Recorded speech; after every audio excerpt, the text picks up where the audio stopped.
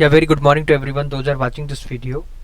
So in this video we continue with our fifth chapter, that is our ecology and environment by R.S. Sharma, ancient history.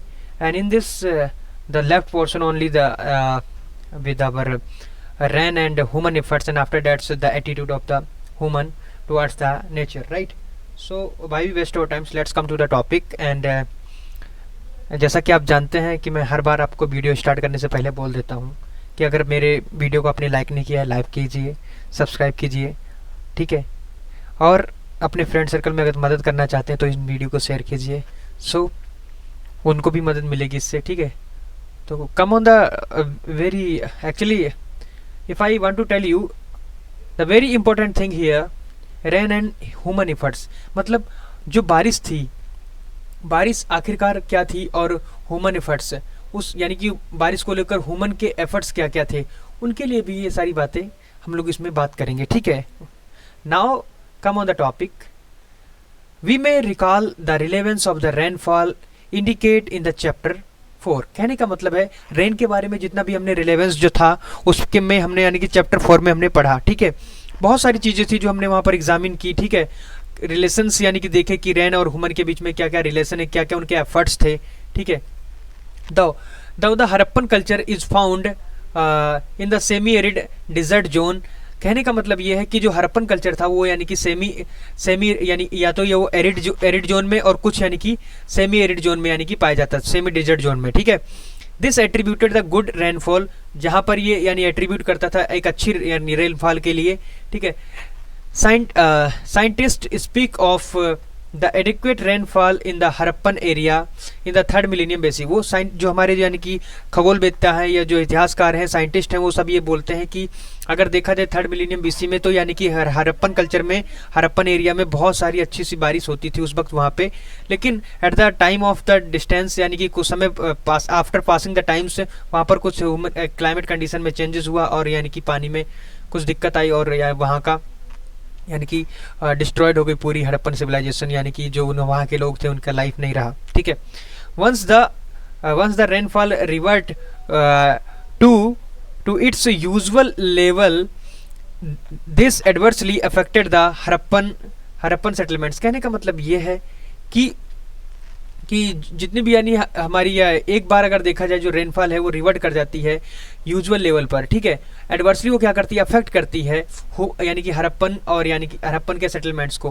कहने का मतलब यहाँ पर मेरा ये है कि एक बार ऐसा हुआ कि यानी कि रेनफॉल जो क्या हुआ, एक यानी कि एक डायरेक्शन में रिवर्ट कर गई, और यानी कि उन्होंने बहुत सारा हड़प्पन सिविलाइजेशन को अफेक्ट किया। जैसे जब मैंने बताया कि यानी कि पूरा यानी कि रेनफॉल और यानी कि जो पूरा क्राइटेरिया है वो डिपेंड करता है ह्यूमन यानी कि ह्यूमन की पॉपुलेशन पर, ह्यूमन का एग्रीकल्चर पर, ह्यूमन का रहना जो यानी कि रहन सहन है उस पर यानी कि बहुत बड़ा इफेक्ट पड़ता है। क्योंकि अगर अच्छी रेनफॉल होगी तो अच्छी फसल होगी, अच्छी इकोनॉमिक कंडीशन होगी, हर एक पर्सन वेल एंड यानी कि वेल इकोनॉमिक पर्सन होगा, ठीक है। So plant and animals remains from the immigration in Maharashtra. कहने का मतलब ये है कि जितने भी यानी कि प्लांट्स थे, एनिमल्स थे, वो क्या रिमेन मतलब बच गए थे, ठीक है। और कहाँ पर बचे थे, महाराष्ट्र में। ये सजेस्ट करके चलते हैं कि once onset an extremely arid phase around, कब की ये बात है, यानी कि 1000 BC तक की ये बात कही जा रही है यहाँ पर, यानी तब तक के लिए बच गए थे। दैट फोर्स द फार्मर्स, जो फार्मर्स को यानी कि एक फोर्स करता था, ठीक है, desert their home and take the pastoral नोमैडिज्म।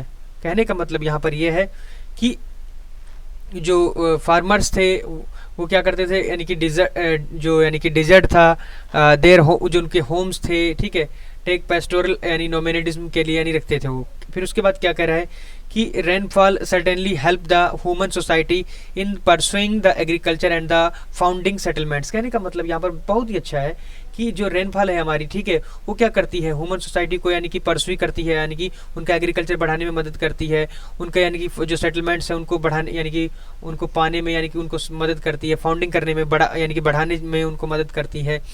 But the heavy rain अगर जब भी यानी गिर जाती है तो यानी कि ट्रॉपिकल मानसून के द्वारा, तो पीपल क्या हो जाते हैं, उससे उनका रेगुलर वर्क नहीं हो पाता। इसीलिए जब गौतम बुद्ध थे उन्होंने यानी कि अपना यानी कि जो यानी कि स्पीच देने का, यानी कि जो सरमन देने का, यानी कि जो भी यानी कि टीचिंग करते थे वो वो यानी कि बारिश के महीने में यानी कि उन्होंने बंद कर रखा था, पूरी तरीके से बैन कर रखा था कि इन महीनों में मैं किसी को टीचिंग नहीं दूंगा, क्योंकि वहाँ पर आना जाने के लिए भी लोगों का खर्च लगता था, इसलिए इकोनॉमिक कंडीशन उस वक्त लोगों की अच्छी नहीं होती थी, तो इसीलिए वो उस वक्त यानी कि अपना लेक्चर नहीं दिया करते थे।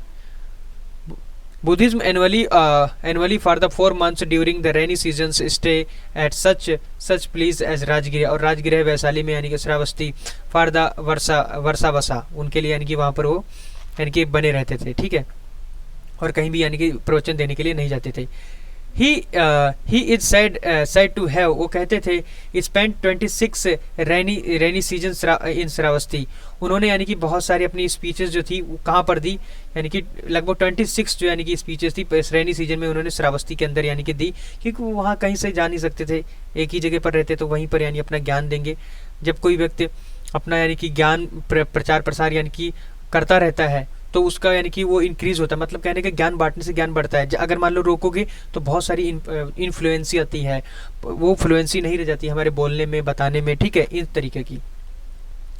This idea still influence some people and marriages are performed in rainy seasons. कहने का मतलब ये है कि बहुत जो यानी कि ये जो आइडिया है वो क्या करता है, इन्फ्लुएंस करता है सम पीपल्स को, कुछ लोगों को, ठीक है, नो मैरिज यानी कुछ यानी कोई भी मैरिज के लिए नहीं, ठीक है, कि और परफॉर्म करने के लिए यानी कि रेनी सीजन को यानी कि परफॉर्म करने के लिए, यानी जब रेनी सीजन परफॉर्म हो रहा है तो वहाँ पर मैरिज ना हो, लगभग यही माना जाता है, क्योंकि उस वक्त आर्थिक दशा सही नहीं होती थी, ये बुद्ध का मानना था। But today, unless the institution are closed, their works granted leave, people have continued to work in despite heavy showers। कहने का मतलब है, लेकिन अगर आज की लाइफ में देखा जाए, कुछ पहले अगर देखा जाए तो यानी कि कुछ रुकावट थी, लेकिन अब में देखा जाए कि चाहे कितनी भी तगड़ी बारिश हो रही हो, लेकिन आज हम काम करते हैं, ठीक है। Some other natural hazards are more catastrophic than heavy rainfall। कहने का मतलब ये है rainfall they include the floods, hurricanes and the earthquake। कहने का मतलब है some other natural hazards, कुछ ऐसे भी natural hazards होते थे जो यानी कि बहुत ही ज़्यादा खतरनाक होते थे। heavy rainfall जैसे यानी कि बड़ी बारिश हो गई तो पूरी फसल चली गई, ठीक है, यानी कि इंक्लूड यानी कि फ्लड आ गए तो भी यानी कि हमारी फसल चली गई, हमारा घर चले गए। हरिकेन्स आ गए, मतलब हरिकेन्स, अर्थक्वेक आ गया, यानी कि अर्थक्वेक बोले तो यानी कि भूचाल, यानी कि धरती पे यानी कि हाला चाला जिसे बोलते हैं, ठीक है, हलचल सी आ गई, ठीक है। We hear a famine leading to the migration of the some Jainas in the pre-Mauryan times from the Magadha to South India। कहने का मतलब यहाँ पर है कि यानी कि बहुत सारा माइग्रेशन हुआ, ठीक है, कब हुआ, जैन के समय पर, जब प्री मौर्यन टाइम्स था उस वक्त, यानी कि तो वो लोग यानी कि मगध से यानी कि साउथ इंडिया की तरफ माइग्रेशन किए, ठीक है। लेकिन फिर भी क्या था कि जितनी भी रिसर्चेस हुई वो यानी कि डिस्कवर करती थी सोर्सेस ऑफ द यानी कि जो मेंशन किए गए थे नेचुरल हजार्ड्स में, यानी कि किसके लिए, जो यानी कि हमारी यानी कि फेमाइन को कॉज करते थे और कैलामिटी को कॉज करते थे, ठीक है। अब बात आती है यहाँ पर एंशिएंट एटीट्यूड्स और यानी कि ancient attitudes toward the environment. कहने का मतलब है लोगों की विचारधारा कैसी थी यानी कि एनवायरनमेंट के लिए पुराने समय में। अगर बात करें इन एंशिएंट टाइम्स में जो रिवर होती थी वो यानी कि उसको यानी कि देवी की तरह पूजा जाता था। ऋग्वेदा में अगर देखा जाए तो सरस्वती को यानी कि गॉडेस बोला गया, एक देवी बोला गया है। हाउएवर पोस्ट वैदिक टाइम्स अगर गंगा की बात करें, गंगा बहुत बड़ी एक इमर्ज होकर यानी कि मदर गॉडेस के नाम से पूजी जाती है। And tradition persist this day यानी कि जो कुछ यानी कि ऐसे ट्रेडिशन थे जो यानी कि जो प्रीस्ट परसिस्ट करते थे, यानी कि कुछ डे यानी कि जो मदर गंगा जो थी उस दिवस को भी यानी कि मनाया जाता था। As both earth and water sustained plants animals they come to be considered mother though there is nothing so that the plants were devised to protect either of them। कहने का मतलब यहाँ पर यह है कि जितना भी यानी कि अगर मैं बात करूँ यानी कि अर्थ और यानी कि वाटर के लिए वो क्या करता था, वो यानी कि सस्टेन करता था प्लांट्स को बढ़ाने में, ठीक है, यानी कि प्लांट्स को और एनिमल्स को यानी कि आगे सस्टेन करने के लिए यानी कि यूज किया जाता था। दे कम टू बी कंसीडर, उनको माना जाता था मदर, मतलब माता माना जाता था, यानी कि जो नदियों का जो पानी होता था वो लोगों के लिए जीवन दायिनी होता था। दूसरी बात यह है कि वो पेड़ पौधों को यानी कि जीवों को आगे बढ़ाने में मदद करता था, उनकी ग्रोथ के लिए बहुत ही इंपॉर्टेंट होता था। दो देयर इज नथिंग, कुछ भी यानी कि ऐसा नहीं था जो यानी कि शो करता हो यानी कि प्लान के बारे में, वर्ड यानी कि डिवाइस्ड जो प्रोटेक्ट करते थे आइदर ऑफ देम, जो उनको लेकर, ठीक है। Many trees and plants including the neem, peepal, vat, shami and the tulsi are considered sacred, यानी कि कुछ ऐसे ट्री थे जिनको बहुत ही यानी ज़्यादा महत्वपूर्ण माना जाता था।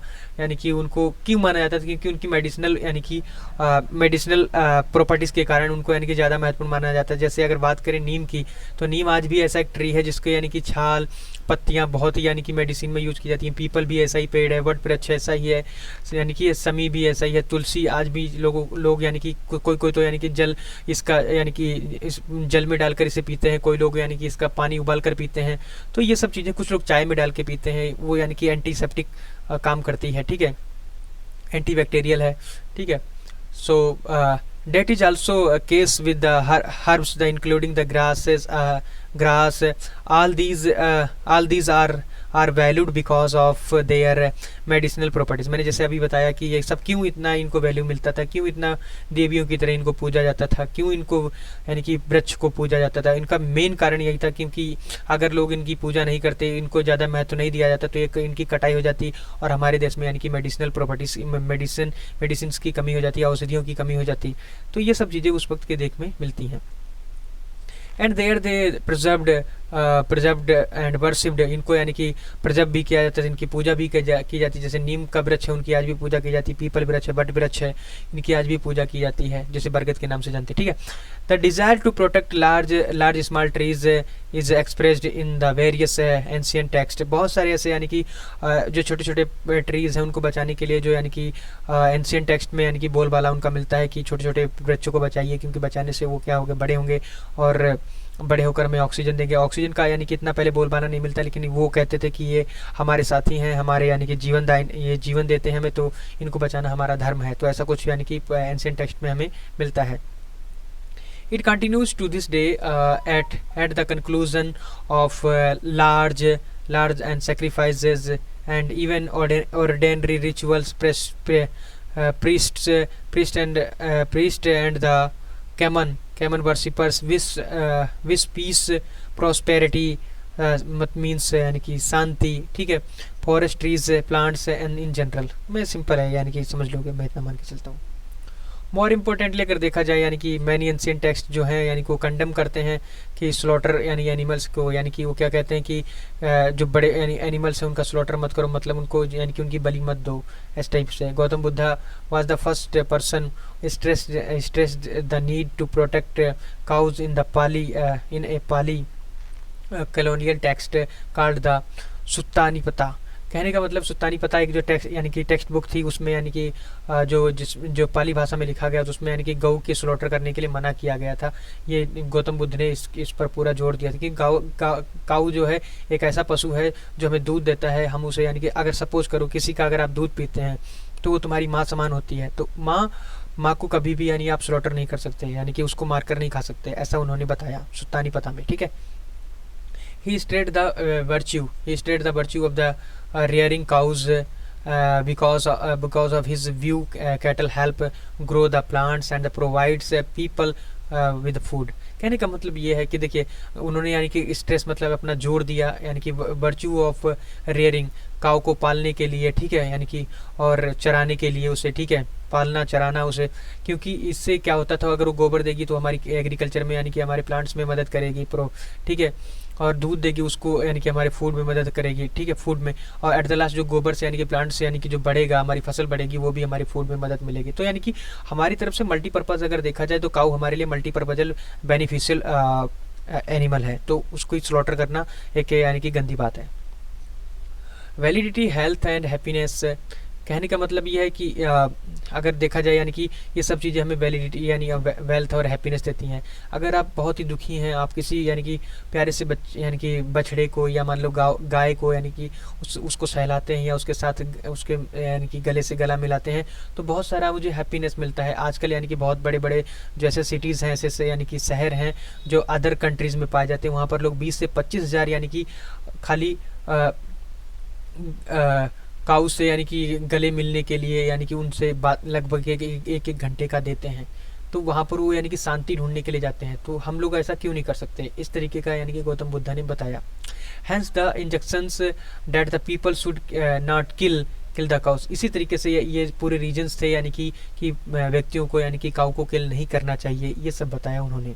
मेरा जहाँ तक मानना है उन्होंने बहुत ही अच्छी बात बताई, हमें इस पर गौर आज भी करना चाहिए। इन अर्ली क्रिश्चियन सेंचुरीज, अगर अर्ली क्रिश्चियन सेंचुरीज में देखा जाए तो ब्राह्मणिकल टेस्ट है वो यानी कि lend the religious colours to the Buddhist teaching speaking dire consequences in the in next world for those who killed cows. कहने का मतलब है बुद्धिस्ट टेक्स्ट में ये भी बताया गया कि जो क्रिश्चियन एरा में लिखा गया था, ब्राह्मणिकल टेस्ट में भी बताया गया कि जो यानी कि जो बुद्धिस्ट टीचिंग है वो स्पीकिंग यानी कि बताती है कंसिक्वेंसेस के बारे में कि वर्ल्ड में जो भी यानी कि काऊ को किल्ड करते हैं, ठीक है, उनको भी यानी कि वैसे ही किल्ड किया जाएगा। इस तरीके से यानी कि कहानियाँ कुछ लिखी थी। Later even the elephant came to be the worship, बाद में यानी कि एलिफेंट को भी वर्शिप की नज़रिए से देखा गया, ठीक है। सो ये सब चीज़ें थी जो मैंने आपको बताई। अगर बैकग्राउंड की बात करें, background of the ecology and environment may help to study of the ancient India and may specifically use in the study of our prehistory. However, human society cannot advance by halting man's struggle against the nature। कहने का मतलब यहाँ पर ये है कि जितने भी यानी कि अगर हम लोग यानी कि जो बैकग्राउंड पढ़ रहे हैं कि आखिरकार इन्वायरमेंट इकोलॉजी जो थी वो एक्चुअल में क्या था उसका, तो वो हमें मदद करता है कि एंशिएंट में यानी कि लोग क्या करते थे, स्पेशली अगर देखा जाए उनकी स्टडी कैसी थी, ठीक है, इन आवर प्री हिस्ट्री में, ठीक है, और उनका यानी कि ह्यूमन सोसाइटी कैसी थी, वो कितनी एडवांस थी या नहीं थी एडवांस थी, ठीक है, उनके बारे में। By halting man's struggle against nature, बहुत से यानी कि यानी स्ट्रगल ऐसे थे जो अगेंस्ट नेचर के अगेंस्ट थे। इन एंशिएंट टाइम्स अगर देखा जाए ये सब यानी कि वहाँ पर था। This struggle is principally directed against plants and animals. और ये जितना भी यानी कि ये जो यानी कि स्ट्रगल था वो सारा यानी कि किस के अगेंस्ट था, वो हमारा देखने में मिलता है कि यानी कि हमारे जो प्लांट्स थे, एनिमल्स थे, उन्हीं के अगेंस्ट था। क्योंकि हम लोग प्लांट्स काटते थे, प्लांट्स को इसलिए काटते थे कि हमें यानी कि काटने के बाद यानी कि हमें हमारी खेती के लिए जगह मिल जाएगी। एनिमल्स को यानी कि काट कर खाना, ये उनका उस वक्त का यानी कि बोलबाला था, ठीक है। वंस दीज वर बॉट, जब भी यानी कि इनको यानी कि खरीदा यानी कि इनके पास ब्रोट अंडर कंट्रोल, ये जब कंट्रोल में आ जाते थे, the efforts were made multiply both of them. History deals primarily with the interaction between human in terms of time and place, but cannot be correctly construct unless historian bear in mind। कहने का मतलब यहाँ पर यह है कि जितनी भी यानी कि अगर हिस्ट्री जो हमारी हो डील करती है प्राइमरली किससे, यानी कि इंटरेक्शन से बिटवीन यानी जो हमारे ह्यूमन हैं इन टर्म्स ऑफ टाइम, ठीक है, टाइम एंड प्लेसेस के भी लिए, बट कैन नॉट बी यानी कि करेक्टली कंस्ट्रक्ट, वो यानी कि उसको कंस्ट्रक्ट नहीं किया जा सकता अनलेस द यानी कि जो हमारे हिस्टोरियन थे वो यानी कि बियर करते थे कि mind on going the interaction between the human efforts on one hand and the functioning of the natural forces on the other hand। कहने का मतलब बहुत सारी चीज़ें यहाँ हैं कि किसी तरफ अगर मान लो एफर्ट्स किए जा रहे थे यानी कि ह्यूमन और यानी कि जो हमारी यानी कि क्या बोलते हैं जो प्लांट्स थे उनके बीच में, और दूसरी तरफ में हमारे नेचुरल जो फोर्सेस थे उनकी तरफ यानी कि हम लोग बहुत सारे एफर्ट्स कर देखने को मिले हमें। So thank you for this watching this video, and if you find it is very beneficial for you, you please like and comment, share also. So thank you.